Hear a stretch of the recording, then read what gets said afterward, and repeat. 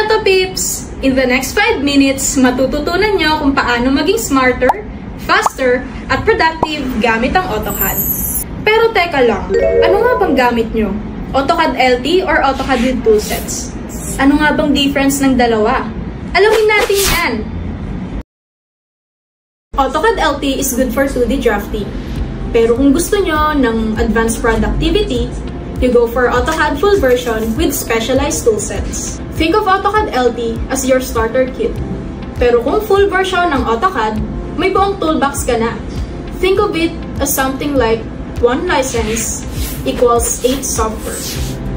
AutoCAD toolsets give you industry-specific commands and libraries. Meaning, wala nang paulit-ulit na manual work. Huh? Wala na manual drawing? What? Oo naman, wala nang manual work kasi preloaded na ang mga tools and commands and even the objects na may kita and available sa market with the AutoCAD full version. Gumagawa ka ba ng floor plans? Paano naman yung mga sections and elevations? Manual mo bang ginagawa ang mga yon? With the architecture toolset, may mga available na mga industry-specific objects within its environment. Meron ng walls, doors, windows, and other architectural object na magagamit mo for your dedicated workflow. Paano naman kapag mga machine parts and assemblies ang workflow mo? We have what we call the mechanical toolset. Because with the mechanical toolset, you can have access up to 700,000 plus standard parts na pwede mo nang gamitin. And not just that, mechanical toolset can also help you generate automatically the bill of materials. Hindi mo na kailangan mag-start from the scratch. Manual circuit drawing, manual wire tagging, ang sakit sa ulo. But with the electrical toolset, it can automate the wire tagging. At hindi lang yan, may access ka rin to thousands of circuit symbols. At kapag schematic and panel layouts, electrical toolset got you.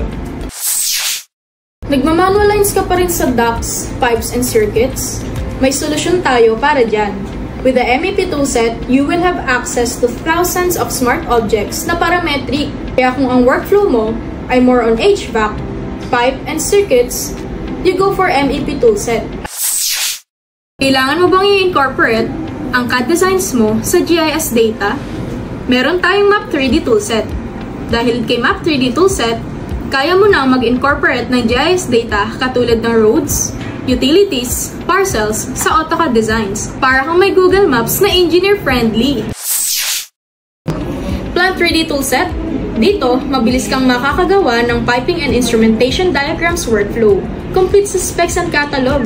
Hindi mo na rin kailangan mag-manual drawing because with the Plant 3D toolset, you will have access to thousands of bulbs, pumps, tanks, and other plant equipment because Plant 3D toolset has got you covered.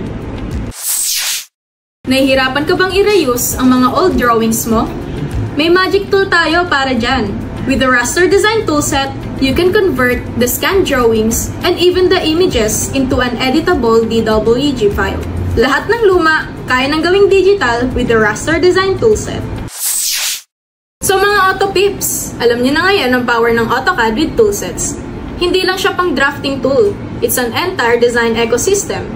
Kaya kung gusto mo ng mas mabilis, mas smart, at mas precise na productivity, AutoCAD is your way to go. This is Lay, your AutoCAD geek. CAD your way to creativity. See you next time!